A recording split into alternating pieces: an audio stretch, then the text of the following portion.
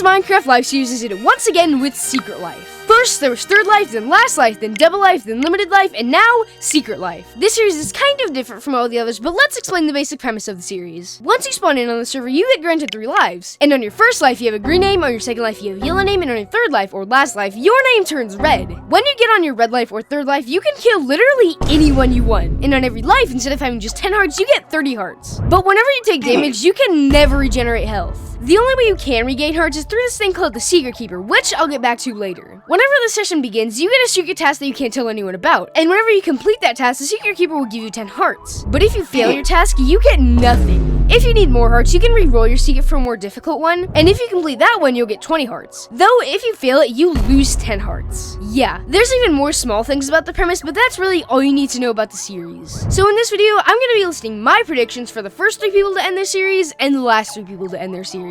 But now, we're going to start off with who I think will be in the bottom 3. And third to last for me is the one and only Geminitay. So, I think Gem is going to do so bad in the series for one main reason. Her inexperience. Literally every other member of the Life series has been a part of at least one season of the series, and her absence from playing on the seasons could potentially make her die a lot quicker. Gem literally hasn't been in any Anarchy server. I mean, yeah, she's been in X Life, New Life, Hermitcraft, and Empires, but none of those SMPs have anything to do with PvP. Not to mention, she also died pretty stupidly to an Enderman while trying to kill a Ghast in the Nether. And that death pattern I think will continue in the future. She also doesn't seem to be too skilled in the PvP aspect of Minecraft either, and the other members aren't really that skilled either, but back to what I said before, they have more experience. So yeah, whenever large-scale chaos might happen in the future, the other members could use Gem's lack of experience to their advantage, and eventually kill her. So, not really a lot to say for Gem's ranking, but the same cannot be said for second to last here. Smallishbeans, aka Joel. Joel's history on Secret Life hasn't been that iconic lately, and I think he'll die second to last for a couple of reasons. Firstly, I think Joel takes some of the dumbest risks that never have good outcomes. We should take another SMP called Afterlife as an example of this. Whenever Joel was trying to escape one of LD Shadow Lady's traps, he attempted an MLG water bucket. He could have done so many other things to avoid dying, but he chose that. He also randomly attempted a 100-block water bucket clutch in Session 3, which led to his first death. And back to what I said about the Afterlife SMP, Joel also placed last in that series because of his own clumsiness while farming. Yeah, and lately, Joel's tasks are also seeming to get a lot harder. Overall, that's why I think Joel's gonna go out this early. But anyways, now we're gonna get on to someone who I think is obviously gonna place last. SolidarityGaming. Solidarity's ranking here for me is kind of a given. Jimmy, let's say, isn't really too good at Minecraft. He lacks some overall Minecraft knowledge, and just like Joel, Jimmy can also be really reckless sometimes. I don't really have a lot to say for his ranking here, so I'll just list some pretty good deaths that he's had. On the first season of the Life series, Third Life, he died to a bow shot whenever he was trying to escape combat. This death isn't really too bad, but he placed last in Third Life. It just seems like he's unlucky here. Well, in Season 2 of the Life series, Last Life, he placed last again whenever he was trying to run away from Grian. This, again, can be chalked up to him being unlucky, but in Double Life, whenever he attempted to kill an Enderman, his shield got broken, and again, he placed last. Then he was again last in Limited Life whenever he tried to push a TNT minecart off of a bridge. He was really high up whenever he was doing this, so he died to fall damage. This man has to be cursed. He placed last in every single season of the Life series, and I think that will continue for Secret Life.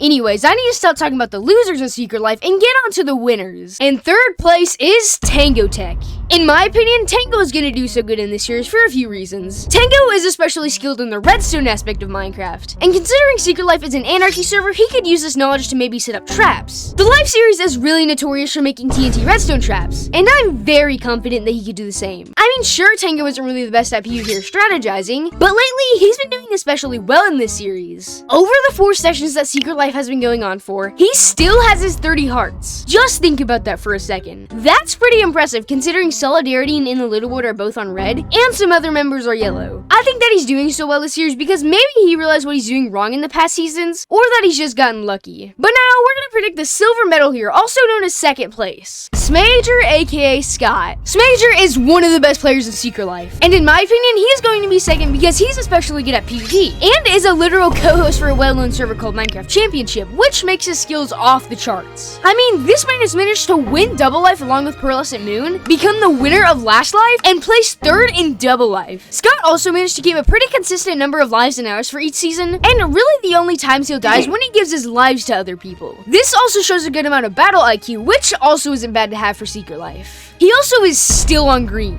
Yeah. Now I'm gonna predict the winner of Secret Life. ImpulseSV. Okay, so Impulse has somehow managed to slowly get better in battle as the seasons go on. For Third Life, he was for the most part pretty average. But in Last Life, he improved a little bit, and in Double Life, he placed dual third, and in Limited Life, this man popped off. He placed second out of everyone. And just like TangoTek, he still has his 30 hearts, and is a redstone genius. But this is again just a prediction. But there we have it. My predictions for Secret Life. I'm pretty curious about this question, but who do you think will win and lose the series? Comment your opinions down below, and I'll probably reply. So don't forget to like and subscribe. But anyways, goodbye, fellow viewers.